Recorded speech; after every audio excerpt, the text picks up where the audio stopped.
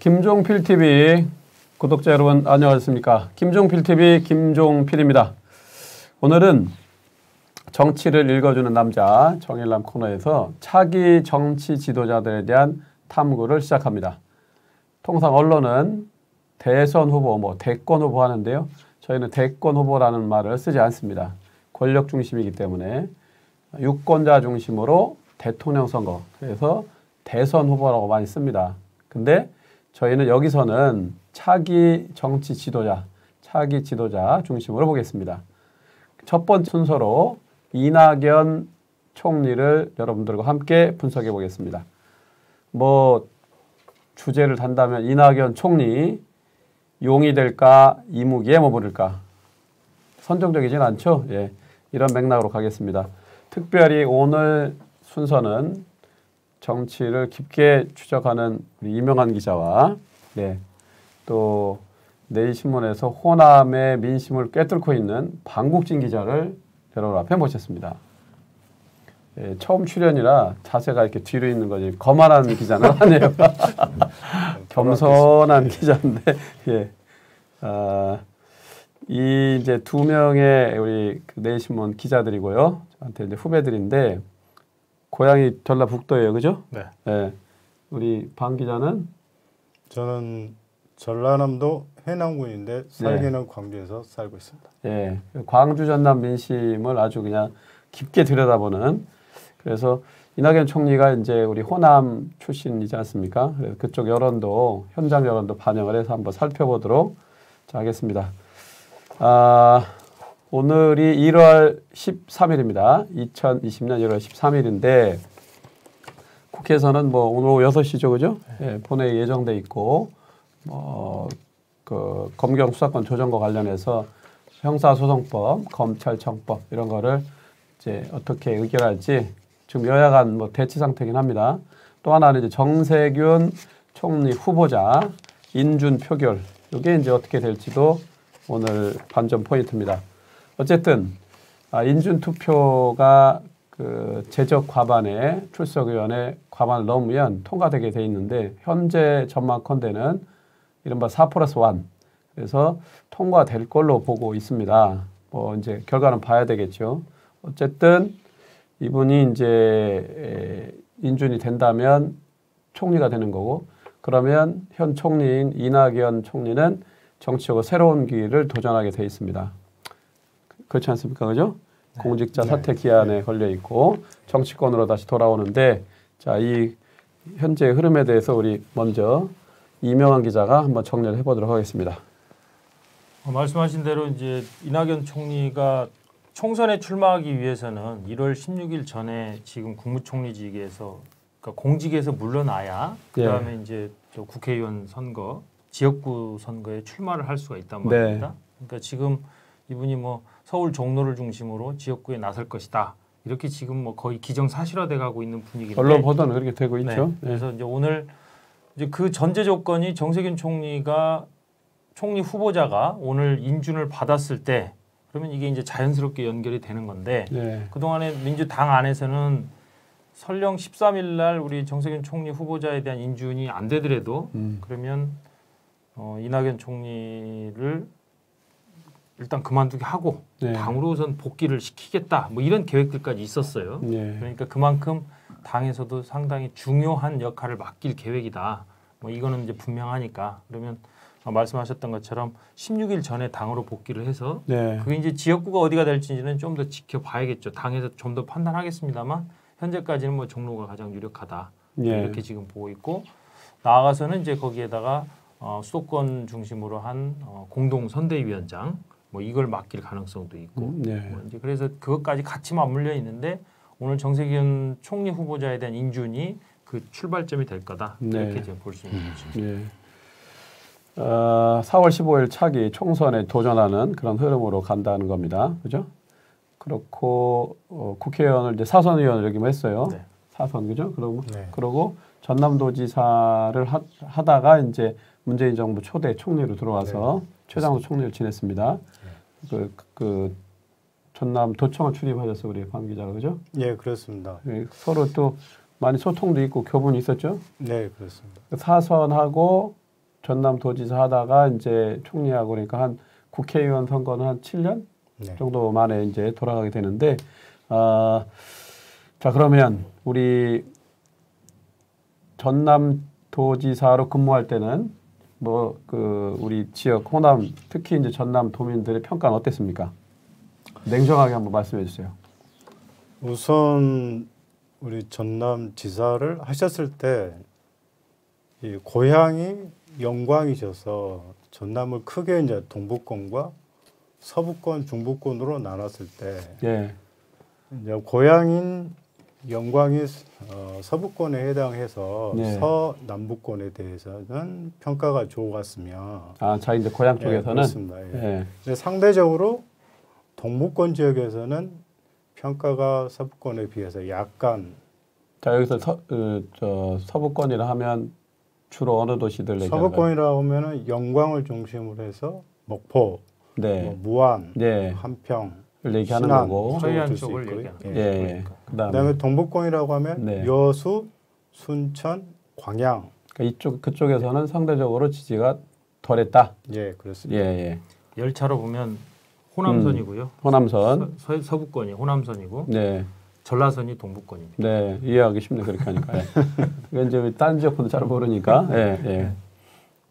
근데 이제 도정을 맡으실 때는 워낙 뭐 총리를 하셨을 때도 보여주신 것처럼 일단 스타일 자체가 깔끔하시고 네, 또 그 대민들과 소통을 하실 때도 소탈한 이미지가 있어서 전체적으로 그때도 도청 막걸리를 운영- 좀 드셨나요? 예, 그렇습니다. 예. 막걸리 총리로 이제 유명하죠. 예, 전체적으로 도청 운영은 무난했다고 평을 받았습니다. 무난하다. 예. 예. 공무원들은 힘들었을 거예요. 그런 얘기가 있어요. 아주 고단하고 막 이렇게 되게 깐깐하고 그 뭐죠? 그 결제 서류 보고서 보면 막 교정 교육까지 본다고 막 해가지고 그랬는데 이제 어쨌든 뭐 그게 도민들 국민을 위한 그 행정 서비스를 하려니까 뭐 그런 측면에서는 호평할 수가 있습니다. 근데 이제 네, 뭐 또 추가로 근데 그것은 이제 두 가지 평가를 할 수 있을 것 네. 같은데요. 이제 전임 지사께서도 그 예. 기자 출신이었고 아하, 그다음에 이낙연 그때 당시 전남지사도 기자 출신이어서 네, 어떤 뭐 보도 자료나 이런 것을 토시까지 꼼꼼히 챙겼던 것은 네, 이제 기자 출신이 갖고 있는 특이한 특성이라고 보고 그게 네. 이제 과거 박준영 지사 때하고 연결되다 보니까 네, 공무원들이 다소 피로감 이런 것을 느꼈었다고 생각을 하는데요. 네. 꼭 그것으로 뭐 차기 대권을 바라보시는 분을 평가하기에는 약간 부족하지 네. 않나 이런 생각을 해봅니다. 네, 그건 뭐 한 부분적인 거죠, 이제. 근데 그것도 양 측면이 있는 게, 뭐 이렇게 이제 기자들이, 언론인들이 총론에만 밟고 구체적인 그 실물, 정책에 대한 이해가 낮다 이런 이렇게 좀 비판적인 시각도 있는데, 예, 이낙연 총리 전남도지사는 저도 이제 총리실 출입을 오래 해봐서 아는데 뒷주머니나 옆에 이제 기자 수첩을 갖고 다녀요, 그죠? 그래서 현장에서 체크하고 그걸 늘 반영해서 실제 이제 행정이 집행되는 거에 대한 점검과 또 전체적인 행정 관리도 하고 뭐 그런 면에서는 뭐 긍정 평가를 할 수 있을 것 같습니다. 자, 어쨌든 이제 그건 과거에 그런 이제 궤적을 걸어왔는데 오늘은 이제 차기 정치 지도자로서 얼마나 준비가 돼 있고 어떤 도전을 하는데 어떤 결과를 가져올지에 대한 전망 이런 것들 중심으로 한번 살펴보겠는데요. 지금 뭐 부동의 1위로 그죠? 차기 정치 지도자 여러 조사 기관이 있는데 갤럽을 우리는 이제 표준으로 일단 보잖아요. 거기에서 쭉 부동의 1위였어요, 그죠? 현재도 그렇고 또 2위하고의 격차도 도리어 이제 벌어지는 형국입니다. 2위가 이제 그 한국당의 황교안 대표로 이렇게 돼 있는데 자 현재까지는 좋습니다. 그러니까 이제 전남지사를 거쳐서 총리하면서도 뭐 안정적이고 내각 통할도 잘하고 또 중도적 성향이고 뭐 이런 건데 또 언론에도 많이 노출되고 근데 그런 유리한 지형에서 이 선거라는 건 참 녹록지 않습니다.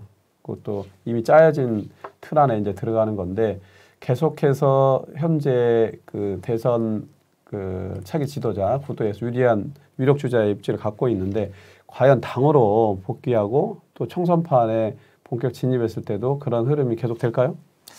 그래서 이제 크게 이게 뭐 과학적 용어는 아닙니다만 정확하게 볼 때 이제 보통 우리가 기세라는 용어를 많이 쓰잖아요. 기세. 정치적으로 기운이나 기와 세력일 건데 그러면 우선은 세력이라는 측면에서 보면 이게 이제 정치를 하는 분들에 있어서 실제로 뭐 경선이라든가 이런 절차들을 거쳐야 되기 때문에 네. 이거는 무시할 수가 없는 혹은 누구나 그렇죠. 이거는 반드시 채워야 되는 기본적인 요건이거든요. 예. 그런데 그 세력의 측면에서 보면 민주당 안에서 이낙연 개라고 부를 수 있는 의원이 과연 있느냐 가지고 따지고 보면 지금 현재의 상황에서는 글쎄요 마음속으로는 있을지 모르겠으나 네. 전면에 피켓을 들고 저는 이낙연 개입니다라고 손 들고 나설 수 있는 분이 아직까지는 없었어요. 네, 없죠. 제가 아는 기억에서는. 네. 그래서 일단 적어도 이제 당으로 들어와서 이분이 가져야 될 가장 큰 과제가 이제 그거일 건데 네. 본인의 세를 확보하는 것이 일단 중요하다. 네. 그다음에 두 번째 이제 기회 측면에서 본다라면 크게 보면 이제 이거를 정치 용어로 보면 이제 시대 정신이라고 얘기를 할 네, 건데요. 이낙연 총리가 4번의 국회의원과 1번의 광역자치단체장을 하면서 국민들과 우리 유권자들에게 보여준 시대 정신은 과연 뭐였느냐라고 네. 따진다면 글쎄요 이게 상당히 시간이 지났기 때문인지 모르겠습니다만 선뜻 생각나는 건 없어요. 그런데 총리로서 쌓아놓은 이미지와 이분이 그동안 2년 7개월 넘게 보여줬던 이 문재인 정부와의 호흡을 맞추면서 봤던 뭐 이제 나라다운 나라라든지 아니면 뭐 과거에 대한 이 청산을 통한 뭐 새로운 나라의 모습이라든지 네. 이거는 아무튼 손에 딱 잡히는 건 없습니다. 뭔가를 보여주려는 노력은 분명히 있었다. 네. 그게 아마 역대 최장수 총리로서의 자리를 지킬 수 있었던 배경이 됐다라는 건데 네. 그럼 이제 이거를 당 안에서도 과연 보여줄 수 있을 거냐. 본인의 이런 독특한 스타일. 이거를 당 안에서도 분명하게 보여줄 수 있을 거냐. 이게 이제 아마 이분이 말씀하셨던 차기 지도자로서 자기 자리를 잡느냐 아니냐. 이게 이제 이 두 가지에서 결론이 나지 않을까. 그러니까 이제 정치적으로 기회 요인도 있고요. 그렇죠. 또 위기도 같이 결합되어 있는 거 아닙니까? 자, 이제 그런 그 흐름을 어떤 세력이라고 하는 게 그 당내에 세력화도 필요하고 뭐 대선 후보가 되려면 이런 것도 필요한데 그런 당심의 원천은 또 민심 아니에요, 그죠? 그렇죠. 그것도 이분 이제 뿌리가 호남이고 한데 연초가 되면 여론조사를 합니다. 그러니까 이제 전국 말고 지역에서 광주, 전남, 뭐 호남 쪽에서 여론조사 관련해서 네. 예, 좀 준비된 자료 좀 한번 소개 좀 해주세요. 그러겠습니다. 예. 그 호남 쪽에서 그러니까 특히 광주, 전남에서 이낙연 총리 여론조사 지지 추이를 한 1년 정도 살펴봐서 말씀드리겠습니다. 네, 예. 최근에 이제 광주에서 그 주요 언론사라고 할 수 있는 뉴시스 광주 전남본부하고요, 무동일보 광주 MBC에서 공동으로 갤럽에 의뢰해가지고 공동으로 여론조사. 갤럽에서 한 거예요. 예. 네. 예. 시기는 지난 12월 16일부터 27일까지였는데요. 여론조사 기간이 다소 기는데요. 그 이유는 이게 광주 전남이 선거구가 국회의원 선거구가 18개 있는데 18개 전체 국회의원 예비 후보들에 대한 지지도 조사까지 함께 이루어졌기 때문에 네, 예. 여론조사 기간이 길고요. 상대적으로 이번 여론조사가 신뢰도가 좀 높은 게 샘플 수가 거의 10,000여 개에 가까워서 네. 상당히 민심을 제대로 좀 반영하지 않았나 이렇게 상당 정도 말씀드리고요. 반영했다. 예. 예. 예. 그래서 이번 여론조사에서 이낙연 그 총리가 차기 그 대선 후보로 나섰을 때 선호도 조사를 했는데 지금 선호도 조사에서는 53.5%로 다른 후보에 비해서 압도적 1등이네요. 40% 이상 앞서는 네. 지지율을 보였습니다. 이 그러니까 지지율은 2위가 지금 누구예요? 2위가 2위는 지금 이재명 그 6.4%, 경기지사로 6.4%, 박원순 서울시장 5.3%, 박원순 서울시장, 그 다음에 안철수 전 국민신장 대표, 예. 쭉 이런 순위인데 그분들은 대부분 5% 미만으로 이렇게 조사가 된 것으로 나타났습니다. 예. 더 말씀드리면은 이게 4개월 전인 2018년, 19년 9월로 보면 네. 이낙연 지사 당시 지지율이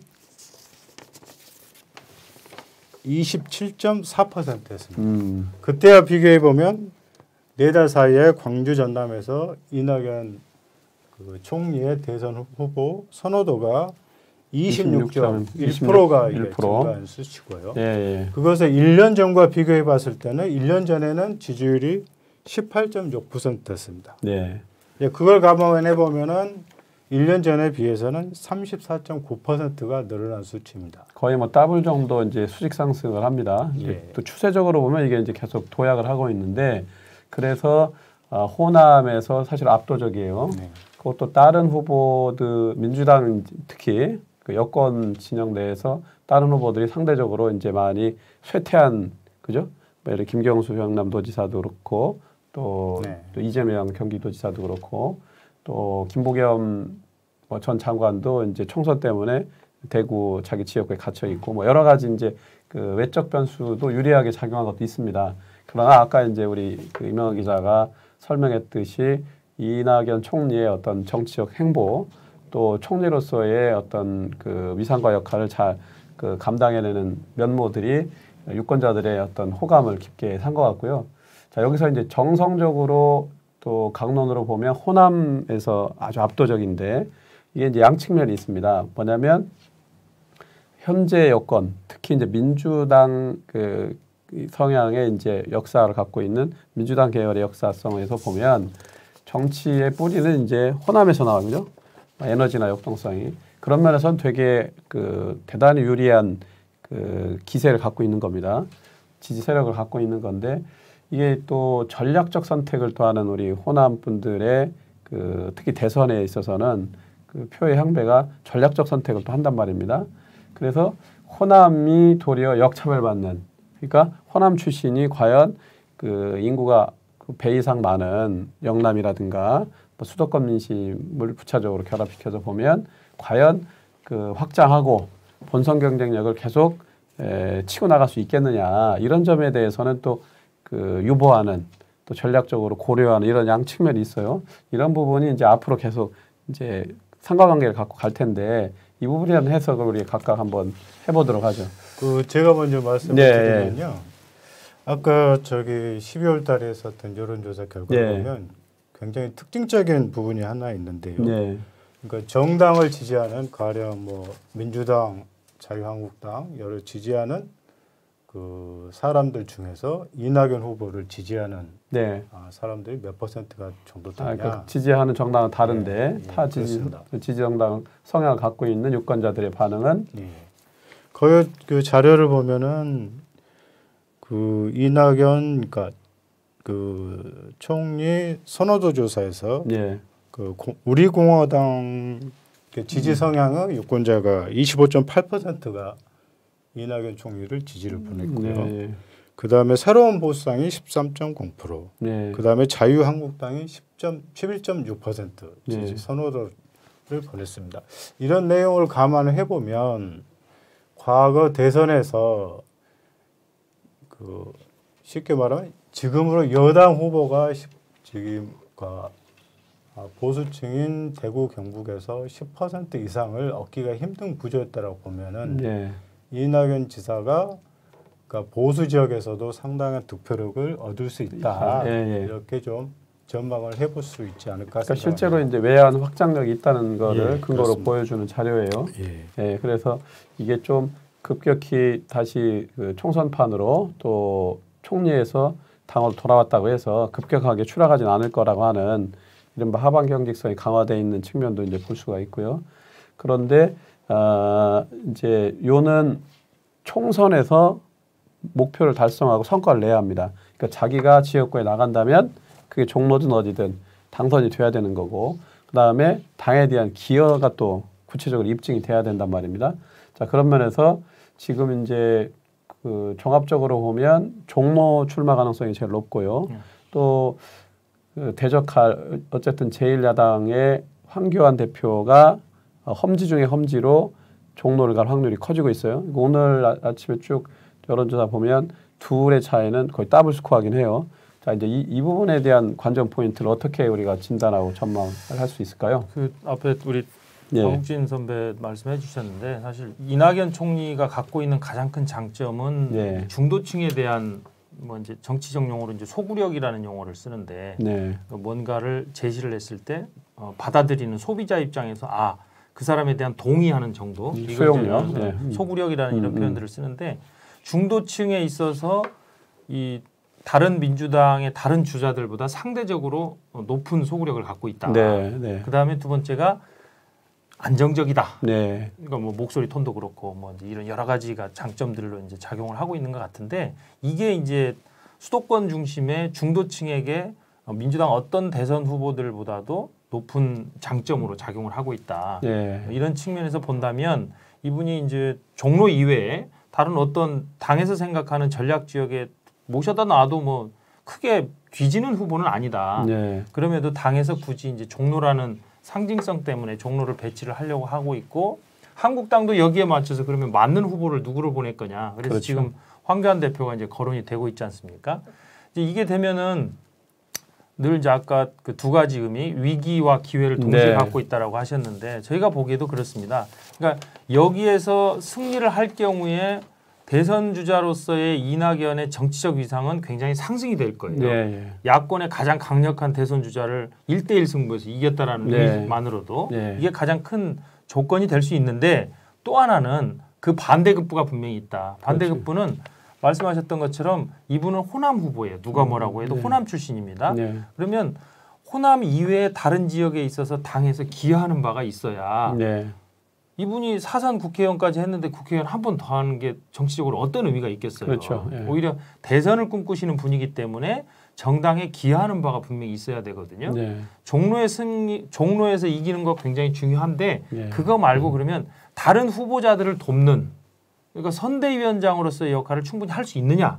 이게 이제 문제 하나의 과제가 될 수 있을 건데 황교안 대표하고 이제 1대1 승부가 벌어지게 되면 아무래도 발목이 서울에 붙잡힐 수밖에 없잖아요. 조금 더 넓힌다고 보면 수도권의 권역을 책임지는 선대위원장 정도일 건데 근데 서두에 말씀드렸던 것처럼 이낙연 총리의 지지층이라고 볼 수 있는 중도 세력이 넓게 포진돼 있는 지역이 수도권이다. 그러면 우리가 우려하는 것처럼 호남 후보로서의 단점을 벗을 수 있는 그럼 영남권에 대한 공략은 어떻게 할 거며 지원은 혹시 할 수 있을 거냐. 이런 기대를 한다고 보면 수도권에 발이 묶일 가능성이 있다. 그러니까 이게 동시에 종로에서의 승리를 통한 정책 위상 확대도 고려할 수 있으나 또 한편으로는 수도권에 묶이는 이런 영향도 있을 수 있겠다. 뭐 이것도 같이 봐야 될 것 같다는 거죠. 그 좀 더 덧붙이자면 저희가 이제 그 호남 그러니까 민주당이 호남을 텃밭이라고 했을 때 저희가 호남이라고 하는 칭하는 것은 이제 1차적으로 광주, 전남, 전북을 의미를 하고요. 또 호남에서 떠나신 그러니까 출향 인사들을 포함해서 그걸 이제 광역의 의미에서 호남이라고 생각하시는데 그분들이 대체적으로 우리 사회에서 한 유권자 중에서는 한 30% 이 정도를 지금 분석을 하고 있는데요. 그러니까 이낙연 총리의 지지도는 호남 플러스 그다음에 이낙연 총리가 가지고 있는 그 개인적 지지도 또 민주당에 대한 지지도 이런 게 어우러져 있다고 저는 생각을 하거든요. 그래서 아까 우리 이명환 기자께서 말씀하시는 그러니까 영남에서 어느 정도 표심을 플러스 시켜줄 수 있느냐 이런 문제에 대해서도 다른 민주당 내에 있는 여론 대권 주자보다 상당히 경쟁력을 가질 수 있지 않겠느냐. 라고 볼 수도 있다는 거죠. 근데 이제 뭐 입체적인 거고 정치가 이제 생물이라 역동적입니다. 그런데 이제 그런 측면이 있을 것 같아요. 일단은 종로에 출마한다는 걸 전제로 볼 때 종로가 갖는 정치적 상징성, 과거에 이제 대통령 3명이나 어쨌든 윤보선 또 노무현, 이명박 이렇게 이제 이명박, 노무현 이렇게 이제 했는데요. 그리고 그 전에 뭐 뭡니까 이제 정일영이니 무수히 많은 정치인들이 거기서 이제 그 도약을 하게 됐습니다. 자 그러면 그 상징성 때문에 종로에서 이긴다는 것이 갖는 큰 정치적 성과가 있다는 점 하나와 또 하나는 만일의 경우에 황교안 대표가 지금의 일반의 예상처럼 후보로 나와서 황교안을 꺾는다. 이것이 주는 정치적 기여도 크다고 봐요. 사실은 그냥 종로라는 지역구에만 제한되진 않아요. 그런데 그것은 또 동시에 어떤 그 어려움을 가중시키냐면 결사적으로 해서 황교안 대표를 꺾어야 되는 거죠. 어쨌든 이른바 범보수 야권의 부동의 1위는 또 황교안 그렇죠. 대표입니다. 근데 여기는 제쳐두고 여기는 대충하고 딴 데를 도우러 다닐 수는 사실 없는 거고 그렇기 때문에 이쪽에 총력을 할 수밖에 현실적으로 없을 거다. 그런 지점을 우리가 한번 봐야 될 것 같고요. 성과가 있는 만큼 거기에 그 힘을 집중해야 되는 측면이 있고 과거에 이 지역구에서 지금 이제 국회의원을 하고 있는 총리 후보자 그 정세균 의원이 그 당시에 오세훈 의원이었어요. 그 전에는 이제 홍사덕 의원을 꺾었습니다만은 그 당시 여론조사상으로는 오세훈 후보가 거의 뭐 압도하는 분위기였어요.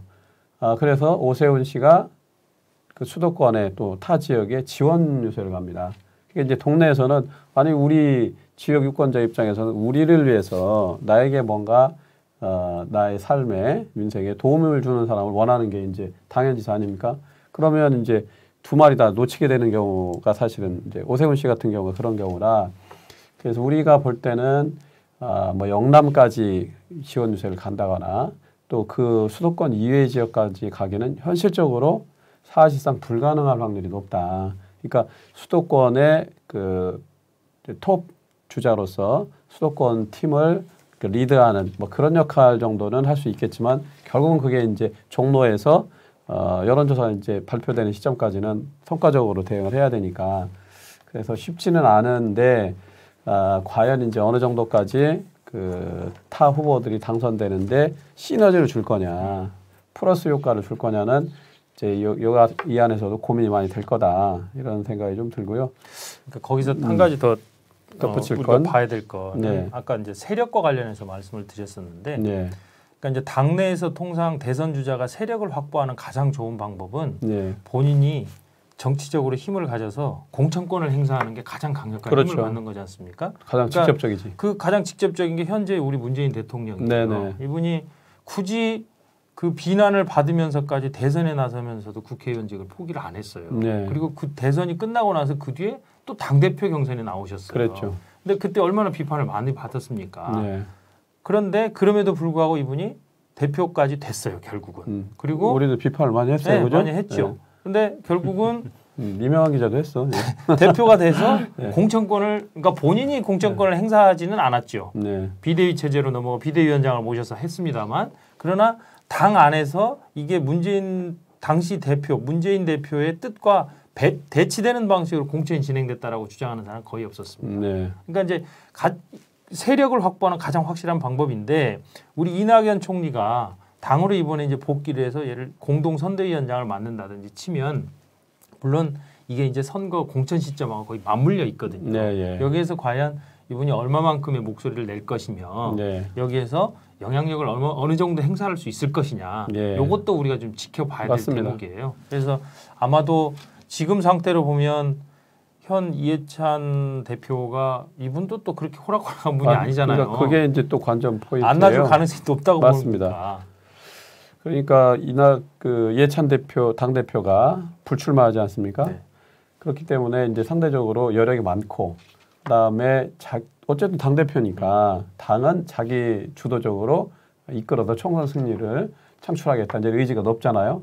그것도 이제 저희가 이제 뭐 깊게 취재를 해보면 이낙연 총리에 대해서 일종의 견제가 좀 있습니다. 사실은 문재인 대통령이 정세균 의원을 총리 후보자로 지명을 하기 전까지만 해도 임종석 전 비서실장이 뭐 종로 이사도 실제 왔고 본인도 직간접적으로 표명했지만 종로를 통해서 다시 또 그 도약을 하겠다 또 국회로 이제 입성하겠다 이런 거였는데 골목을 안 열어준 거 아닙니까 사실은.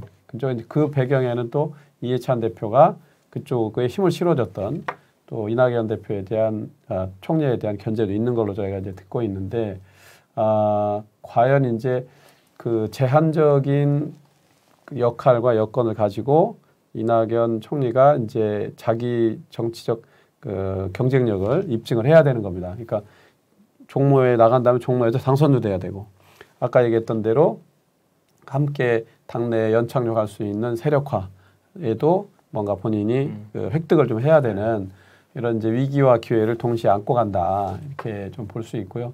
그러나 무엇보다도 우리는 1차적으로는 지역구에 출마하면 그 지역구에서 당선이 돼야 됩니다. 그렇죠. 근데 종로가 그렇게 호락호락하진 않다. 그 전에는 거의 대부분 이른바 얘기하는 지금 한국당 계열 그 보수 진영이 늘 당선이 되었던 데고에서 쉽지는 않다고 보여집니다. 자, 이제 그가 종로에서 당선이 된다면 그야말로 용어로 승천할 수 있는 아주 날개 두 개 중에 하나는 최소한 단다. 당내에서 그 형국을 그 기운을 이렇게 북돋아 갈 수 있는 이런 상황이라고 보여지고요. 이제 다시 만일에 이건 이제 조금 더 지난 미래에 대한 전망이고 예측일 수 있는데 종로에서 이겨, 그죠? 그러면 본선에 나갈 확률이 높네요, 그죠? 우선은 본인이 국회의원 한 번 더 하려고 여기 들어온 그런 게 건 아니니까요. 예. 그럼 이제 노력하겠죠. 예. 그런데 말씀대로 이제 이게 혼자 생각으로만 되는 게 아니니까 네. 이낙연 총리가 속도를 내면 낼수록 주변도 같이 바빠질 거거든요. 그렇죠. 그러니까 당장 후보군이 아니었다라고 생각했던 정세균 총리도 이제 후보군으로 올라올 수밖에 없는 조건이 되는 그렇죠. 거죠. 예. 그리고 이제 기존의 종래 민주당 후보군이라고 볼 수 있었던 박원순 시장이나 네. 김부겸 의원이나 이재명 지사는 이제 뭐 선거법 때문에 지금 대법 판결이 남아 있습니다만 네, 예. 이 관련된 이 재판 여하에 따라서 여기도 이제 일정한 변화가 있을 수 있고 네, 네. 뭐 김영춘 의원이라든가 당내에서 그렇죠. 있었던 또 송영길 의원이나 이런 분들도 덩달아서 이제 속도가 빨라질 거거든요. 그렇죠. 그러면 이게 이제 그 전에는 대한민국 문재인 정부의 내각을 통과하고 있는 국무총리로서 이낙연을 옹호했던 여당의 지도부라든가 여당 멤버들이 이제는 각각에 흩어져 가지고 경쟁자로 존재할 수밖에 네, 없는 예. 상황이 되는 거잖아요. 네, 예. 그러니까 이제 그러면 정치적으로는 새로운 국면이 열리는 거죠. 이낙연 총리. 네. 자, 그럼 우리 그 광주 전남의 정통한 우리 박국진 기자 입장에서 볼 때, 네. 자 이제 지금 우리 이 지점에서 포인트는 그러면 이낙연 총리가 본선 후보까지 과연 갈 수 있을 거냐? 그 호남 대표성을 가지고 물론 이제 정세균 대표하고도 경쟁을 하게 된 형국이에요. 사실은 서로 이제 그 바톤 타치를 했는데 여기 이제 총리로서 정 후보자가 총리가 인준이 된다면 그 전제하에 그러면 이제 이낙연 총리 못지않게 할 가능성은 있다고 뭐 여야도 대체적인 공감대가 있을 정도인데 과연 이제 그렇게 했다고 치면 이분은 이제 전라북도 분이고 여기는 전남 분이에요, 그죠? 그러면 이제 어쨌든 호남 분들이라 그러니까 이분들 간의 선의 경쟁과 단합, 통합이 있을 수가 있고요. 그것도 한국 그 현대 정치사를 놓고 보면 영남과 호남, 그죠? 대부분 영남이 했고 우리 DJ 대통령 빼고는 이제 그 이 양축으로 서로 그 역동적인 경쟁을 했어요. 네. 자, 그러면 본선 경쟁력이라는 문제가 남습니다. 그러면 끝까지 호남의 유권자들이 뭐 호남에 살고 계신 분이든 출향 인사든 계속 이낙연이나 정세균으로 갈 거냐? 그렇지 않으면 영남에서 아까 얘기했던 누굽니까? 뭐 김두관도 갔지만 이제 김부겸, 뭐 김두관, 특히 이제 부산에 김영춘 이제 있는 거죠. 이제 근데 김영춘 같은 경우 이런 양반들은 출마해도 되면 사실은 종로보다는 거기가 더 어려운 데야. 그렇죠. 더 험진데 여기서 와. 그러면 이게 이제 영남과 호남이 이제 각축을 할 겁니다. 여기 또 박원순 시장도 있고 그런 본선 경쟁력을 놓고 호남의 선택은 어떻게 갈까요? 네. 우선 호남의 선택을 말씀드리기 전에요. 예.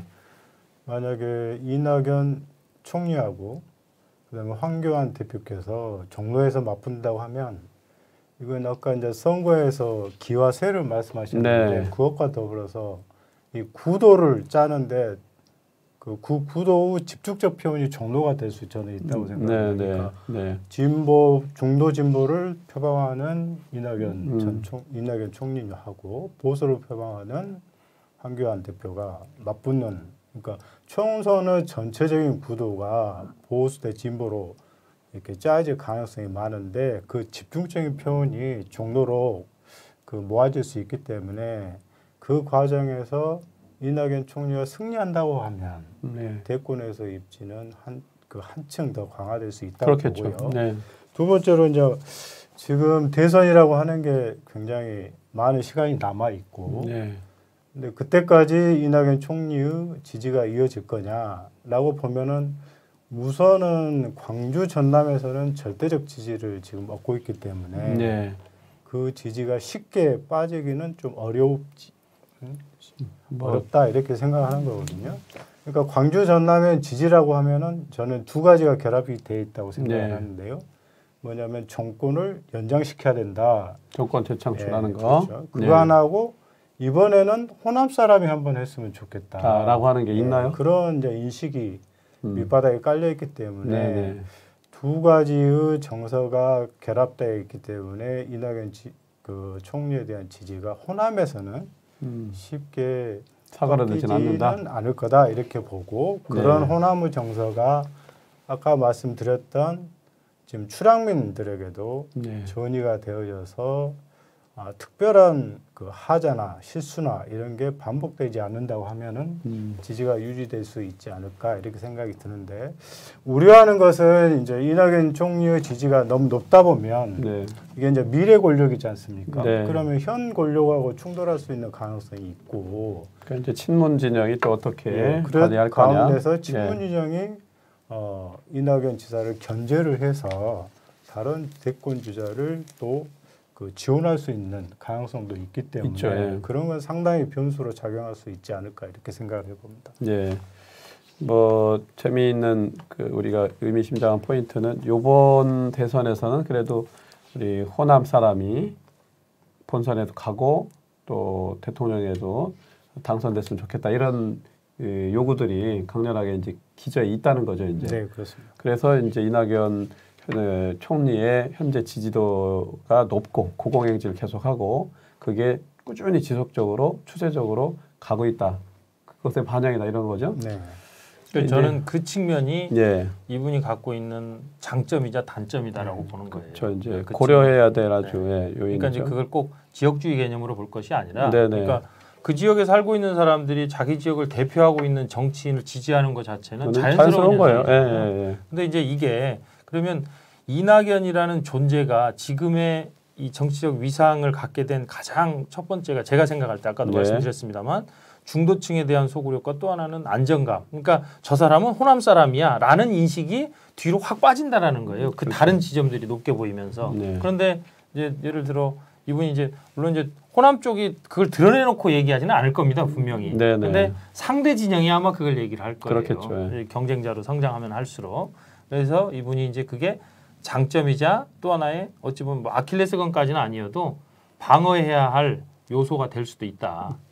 왜냐하면 유권자 비중 자체가 지금 그렇게 돼 있잖아요. 뭐 예전에 보면 영남 1000만, 호남 500만, 그러니까 충청권하고 호남 합쳐봐야 영남하고 하는 거고. 그래서 수도권에서 겨우 비등비등하게 해가지고 약간의 차이로 호남 쪽 후보가 나왔을 경우에 이기거나 지거나 뭐 이렇게 진행됐단 말이에요. DJ 공조가 그거예요. 그렇죠. 그러니까 그게 이제 엄연한 현실이기 때문에. 맞아요. 그러니까 이제 정치적으로 심정들이야 다 비슷하지 않겠습니까? 그래서 그게 동시에 명암을 다 가지고 있다. 이렇게 봐야 되겠죠. 좀 덧붙이자면 아까 그 우리 이명환 기자께서 말씀하셨는데요. 그러니까 이낙연 지사의 지역적 한계성 아까 말씀하신 그 한계의 측면을 작용할 수 있는 점 호남이라는 게 부분은 그 향후 대권 구도가 어떤 시대 정신을 중심으로 해서 짜질 거냐 그 시대 정신에 이낙연 지사가 부합하면은 이 지지층이 계속 결집할 가능성이 있고 그 시대 정신과 이낙연 지사의 이미지가 괴리 현상이 일어난다고 하면 호남에서도 지지 후보를 바꿀 수 있는 가능성이 상당히 늘 있는 거죠. 전략적이라는 게 이제 그런 집단 지성이나 또 역사적 경험칙에서 이제 나온 뭐 그런 지혜일 수가 있습니다.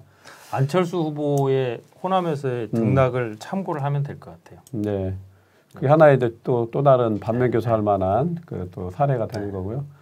저희가 이제 대선이 한참 남았습니다만은 이게 현재 미래, 그러니까 과거 현재 미래가 쭉 연결되어 있는 거 아닙니까? 그리고 또 심중이라는 게 여론조사도 표층과 심층이 있는 것처럼 이렇게 있는 거라 특히 오늘은 이제 우리 그 광주 전남 또 전북 아예 또 태생적으로도 그렇고 그 지역에서 오랫동안 지역분들하고 소통을 해왔던 후배들이어서 기자들이어서 좀 더 이렇게 깊게 들여다보는 뭐 이런 측면이 오늘 여러분들하고 같이 하는데 중요한 포인트가 아니었나 싶습니다. 자, 정리하면 일단 이낙연 총리가 종로에 출마한다는 전제를 놓고 보면 일단 당선이 돼야 되는데 그쪽에서도 일단 뭐 전략 공천이 저희가 빠져 있으니까 그렇죠. 정세균 저희가 총리로 왔기 때문에 후보가 되는 데는 무리가 없을 거라고 보여집니다. 근데 문제는 이제 정치라는 게 상대가 있는 거고 황교안 대표가 온다면 녹록치 않은 구도가 될 거나 근데 여기도 또 하나 변수가 있는 게 이제 보수 진영이 최근에 대통합 내지는 뭐 중통합이든 소통합이든 통합을 추동하는 쪽으로 이렇게 속도가 좀 많이 속도감이 생겼고 그래서 거기가 이제 왈 보수 진영이 대동단결이 된다면 정말 건곤일척의 싸움이 용호상박이 될 수도 있다고 보여져요. 이제 그런 측면도 한번 봐야 될 것 같고 그 과정에서 이낙연 효과라고 하는 시너지를 확장해서 또 당내 연착륙 가는데 이렇게 정치적으로 기여를 또 많이 하는 과연 이런 걸 실제적으로 얼마나 할 수 있겠느냐 쉽지 않다고 본다. 이해찬 당대표의 어떤 견제나 관리 측면 또 해당 선거구에서 일단 처음 출마하는 지역이기 때문에 결사적으로 또 해야 당선이 되니까 이런 측면을 한번 우리가 눈여겨봐야 될 것 같고요. 그러면 그 이후에는 아까 저희가 펼쳐놓은 대로 뭐 두세 가지 경우의 수로 전개될 거라고 보여집니다. 오늘은 이 정도 정리하고 총선 진행되는 과정에 또 한번 저희가 관련된 내용이 있으면 살펴보고요. 총선 결과에 따라서 우리가 다시 한번 저희 3명이 모여서 여러분들과 같이 공유했던 내용을 중심으로 또 전망을 해보는 걸로 분석과 전망을 해보는 걸로 그렇게 하면 어떨까 싶습니다. 우리 방국진 기자 이렇게 방송에 첫 출연했는데 할수록 재밌죠? 다음엔 더 재밌게 해보겠습니다. 여러분 느끼셨겠습니다만 이렇게 시간이 지날수록 목소리도 올라가고 또 의지도 높아지고 내용도 아주 속에 있는 내용들이 심층적인 내용들이 나온 것 같습니다. 자, 이렇게 오늘의 3벤저스는 오늘 이렇게 마치도록 하겠습니다. 자, 다 읽고 준비가 됐나 모르겠는데 자, 1 뭐죠? 김종필 TV의 미래는 1 구독. 다시 갑니다. 1 구독. 2 뭐요? 좋아요. 3 공유입니다. 예, 김종필 TV가 여러분들과 함께 성장하도록 하겠습니다. 마치겠습니다. 고맙습니다. 감사합니다.